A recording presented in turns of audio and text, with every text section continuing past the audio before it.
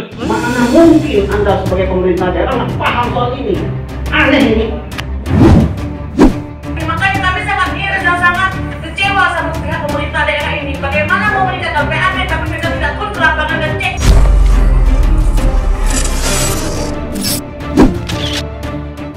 Lemari baju kuat dan kokoh, terbuat dari kayu pilihan, tersedia hanya di Raja Mebel. Nanti saya menjawab secara info, nanti lebih mendapat lagi Pak Jam dan Pak Arif yang akan menajam lagi masalah apa-apa yang perlu dipertanyakan tadi. Jadi intinya untuk Alfa dan Indomaret pajak parkir. Kalau pajak parkir itu ada perdanya aturannya jelas. Kalau itu ada ada pembagian 30% ya, 30% itu untuk pajak daerah itu masuk kita. Nah ini kami menentukan waktu awal bulan Maret dan April omset pendapatan ada masa tersebut. Jadi pada masa tersebut mungkin kondisi COVID juga lagi berjalan. Jadi ditemukan kami dapatkan dari hasil uji petik kami, satu gerai itu adalah 1 juta pendapatan omsetnya. Jadi kalau kali 30% 300.000. 300.000 kalikan jumlah gerai dari masing-masing Indomaret maupun Alfamart. Setelah kami temukan untuk Indomaret 84 gerai itu di angka 25.800, kemudian di Alfamart 13.500. Setelah kami mendapatkan siapa yang bertanggung jawab yang dapat kuasa khusus, yaitu kami tetapkan nomor pokok wajib pajaknya dan terhitung bulan Juni sudah harus membayar pajak, karena alhamdulillah mereka sudah bayar pajak. Dari situ kami cuma menetapkan selama 6 bulan ini sebesar yang kami hitung secara tadi. Kalaupun ada evaluasi, yaitu di bulan Juni kemarin kami sudah mengambil vaksin. Ikuti juga salah satunya yang disampaikan tadi payung hukumnya yang dipertanyakan. Tadi Pak Edison menyampaikan sesuai dengan perda perparkiran yang sudah ditetapkan. Terus yang dikenakan pada Indomaret dan Alfamart itu bukan distribusi parkir, tapi pajak parkir sesuai dengan perda perparkiran. Terus dilakukan uji petik, sudah dilakukan uji petik dan akan dievaluasi selama setiap 6 bulan sekali, kan seperti itu. Terus yang disetorkan ke kas daerah yaitu sebesar 30%. Terus khusus pengelolaan parkir di Indomaret dan Alfamart diserahkan ke manajemen pihak Indomaret dan Alfamart itu sendiri. Ya mungkin itu cuma lebih kami persilakan. Silakan dari perwakilan Indomaret dulu. Silakan. kami kelola halaman kami sendiri. Nah itulah kira-kira. Nah situ kami mau bayar pajak dan seandainya ada sedikit lebih, saya kira sewajarnya kita juga memberi kesempatan kerja dari kawan-kawan yang lain. Mereka juga, apalagi musim perlu makan. Berapa keluarga yang terbantu? Kalau di Indomaret itu ada 9 karyawan, ditambah dengan 2 anggota parkir, berarti 11 yang terbantu untuk di kota Bengkulu. Mereka dapat penghasilan, bisa makan. Tapi yang terpenting tidak ada PAD yang bocor. Nah, kami Indomaret berkomunikasi baik dengan penyelenggara pajak parkir, yaitu dari Bapeda. Seperti kemarin kami dipanggil, kami datang bahwa perlu ada peningkatan PAD. Ya kami siap sebagai warga kota yang baik. Kenapa tidak? Ya kita bisa ditingkatkan, kenapa tidak? Nah itulah kami dari Indomaret, mungkin dari Raja Rumah, mohon jangan salah mengerti, tidak ada usaha parkir di sini. Terima kasih. Wassalamualaikum warahmatullahi wabarakatuh. Kita berpikir kebocoran itu letaknya di mana? Kebocoran itu ketika misalnya per bulan dia harus setor 300.000, tiba-tiba setor 250.000, itu kebocoran. Dan ini bahaya, maka kira-kira begitu. Nah ternyata tadi kan sudah dijawab ya, bahwa per bulan 300.000 per gerai itu sudah terjadi. Artinya nggak ada yang bocor, kan begitu. Satu poinnya. Kemudian yang kedua, mereka juga mempersoalkan legalitas hukum, teman-teman berubahlah. Sorry ya, gitu ya, kita tuduh poin aja nih, teman-teman ASM ya. legalitas hukum Pulau Balang yang mengelola parkir di Indomaret. Tapi tadi sudah dijelaskan, ternyata sebetulnya yang mengelola itu sesungguhnya Indomaret. Bahwa Indomaret kemudian memberdayakan masyarakat lokal yang terorganisir itu hak Indomaret dan hak Alfamart. Saya pikir begitu dari sisi legalitas hukum ya. Kemudian yang ketiga, kemarin ada terkonfirmasi itu teman LSM soal data. Nah data ini juga Pak Hadis yang harus kita luruskan. Indomaret itu 86 gerai, 84, Alfamart 46. Coba cek dulu, karena itu masuk juga yang mereka sampaikan. Berapa Indomaret itu, Alfa berapa? Karena kita menghitung angka. Kalau Indomaret 84. 84. Kalau Alfa 45. Alfa 45. Artinya ini semua sudah dilakukan kan? Dengan tarif yang sebesar 30% dari total tarif tadi ya. Oke. Nah, kalau begini ceritanya, menurut aku clear. Tinggal memang begini. Kita minta tolong mengacu pada perda ini nanti sarana prasarana penunjang di dalam mat modern ini diperbaiki. Kan ada syarat minimal yang disampaikan dalam perda itu. JIS, tulisan tarif misalnya gitu ya, atau apa, maka kira-kira begitu. Itu memang usulan kita ya ke depan. Yang berikutnya, teman-teman LSM, kita semua sepakat dan berterima kasih karena teman-teman sudah datang ke sini bawa data. Besok kalau kita merasa bahwa 1 juta berdasarkan uji petik itu kurang, bahkan temuan kita misalnya 1,5 juta, karena kabarnya teman-teman ini sudah melakukan interview juga. Saya bilang kemarin, buka hasil interview kita itu sebagai bahan bagi DPR dan Bapenda untuk melakukan uji petik. Kalau temuannya nanti 2 juta, ya tinggal kalikan. Kalau temuannya 2 juta, kalau temuannya 1,5 juta, kalikan. Jadi dia otomatis naik. Nah, saya pikir begitu, pimpinan. Terima kasih. Assalamualaikum. Ya kami juga ini ada kebocoran. Ya. Jadi kami tidak punya kepentingan sih. Ya. Karena begini, kalau tadi Pak Firdaus bilang di sini kami tidak ada usaha parkir, itu salah. Karena memang ada usaha parkir di sana. Dan dan sesuai perda yang ada, itu dia harus punya izin. Kalau memang sudah punya izin penyelenggaraan parkir, kami mau lihat. Karena apa? Ketika sudah ada izin, kita baru bisa menetapkan berapa besar pajak yang harus setor ke daerah. Dan juga kepada Bapenda, dari mana dia ambil dapat angka 300.000? Ya kan, 1 juta bukan kumpul. Apakah kalian survei ke lapangan? Indo Alfa ini sudah lama loh di kota Bengkulu. Bagaimana PAD-nya untuk kita? Ya kan? Jadi saya mohon penjelasan itu. Ini biar jelas ya, maksud saya biar jelas. Jadi ini kami sudah cross-check ke lapangan, kami sudah wawancara, ya kan? Kami sudah makanya kami sangat miris dan sangat kecewa sama pihak pemerintah daerah ini. Bagaimana mau meningkatkan PAD tapi mereka tidak pun ke lapangan dan cek sendiri bagaimana yang terjadi di lapangan. Karena ini yang masuk PAD ini baru bulan Juni. Bahkan Alfa dari bulan September sampai sekarang tidak ada setoran PAD. Benar nggak Pak Kepala Bapeda? Enggak, jadi begini, saya lihat ini sudah lama tapi tidak ada kejelasannya. Jadi saya mohon, ya kan, saya mohon ini kita jelas untuk menerapkan PAD kota, karena saya juga asli orang Kota Bengkulu. Ya. Di sini saya izin ketua, saya jelaskan ya. Ini hasil kita survei di lapangan ya. Mungkin pihak Bapenda belum tahu ataupun pura-pura tidak tahu ataupun mana saya tidak tahu. Tahu nggak sebenarnya hasil mereka? Hasil Indomaret ini ya, saya bukan ke pihak ketiga karena yang urusan ini adalah Indomaret dan Alfamart. Jadi jukir ini punya setoran setiap hari ya, entah itu ke pihak ketiga atau ke Indomaret ya. Ini setoran mereka kami sudah konfirmasi dari ujung ya kan, dari beberapa toko. Ini mereka paling kecil itu 60.000 satu hari.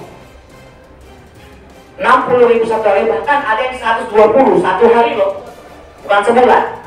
Satu hari itu kami ambil pukul rata aja 60.000. Indomaret kemarin saya tanya ke Bapeda itu ada 86, sekarang 84, saya nggak tahu. Cuma ini hitung-hitungan saya ada 86. Jadi 86 itu kali 60.000 itu sudah 5.160.000 satu hari Pak, Ibu. kita kalikan dalam sebulan, ada 154.800 juta satu bulan untuk satu gerai Indomaret. Untuk Alfamart itu ada 46 gerai. Jadi seharinya ada di angka 2.760.000 per hari. Kita kalikan dalam satu bulan ada 82.800 per bulan penghasilan daripada jukir. Kok pihak pemerintah ini cuma bisa menentukan angka 1 juta per bulan? Berarti negara nggak cek lapangan dong. Uji petik yang bagaimana sistemnya? Maka yang menjadi pertanyaan besar kami, bagaimana regulasi, prosedur, dan mekanisme mereka di lapangan untuk menentukan angka untuk pajak daerah. Ini kalau mereka ini setoran Indomaret ini 25.800.000 itu PAD. Kita kalikan 30 berarti cuma 860.000 mereka sehari setoran ke PAD. Untuk Alfa ini cuma ada angka 13.500. Dan yang lucunya, ini bagaimana sistem pemerintah kita ini saya juga tidak tahu, tidak paham. Bahkan Alfa ini sampai ada 2 kali setoran untuk ke PAD. Kok bisa? Mengelola di dalamnya itu rumah tangga mereka. Kalau mereka menerbitkan surat ini surat itu, baru mereka bermasalah. Ini mereka sertifikat, nggak ada tuh. Kami nggak menerbitkan apa-apa. Artinya apa? Bisa saja teman-teman pihak ketiga atau apapun namanya itu sebagai relawan. Mau mereka kasih, alhamdulillah nggak mereka kasih, alhamdulillah itu rumah tangga mereka. Tapi yang prinsip Pak Pimpinan, kenapa saya agak naik ini? Mana mungkin Anda sebagai pemerintah daerah nggak paham soal ini? Aneh ini. Ya jelas lah negara hukumnya, kan melekat. Aneh kan wajib pajaknya kan ada nomornya. Ya ada, itulah dasarnya bro. 30% dibunyikan. Itu loh. Ini juga untuk menepis narasi yang seolah-olah semua yang dilakukan ini ilegal dan tidak benar. Terima kasih. Assalamualaikum. Jadi intinya begini, Mbak Penda, ada dinas perhubungan. Mungkin bukan sekedar uji publik untuk memvalidasi berapa besar Indomaret. Karena Indomaret juga punya hak, ada Alfamart juga punya hak. Setelah muncul kewajiban itu, ya. Nah itulah 1320 KUHP mengatur itu. Munculnya sebuah perjanjian ada etikat baik, ada dua belah pihak, gitu ya. Jadi itu menjadi prinsip dasar daripada perjanjian. Ini antara Pemda Kota dengan Indomaret selaku pelaku usaha yang harus kita lindungi juga, harus kita bina juga. Gitu ya. Nah, sedangkan ibu dari Imam Masjid itu juga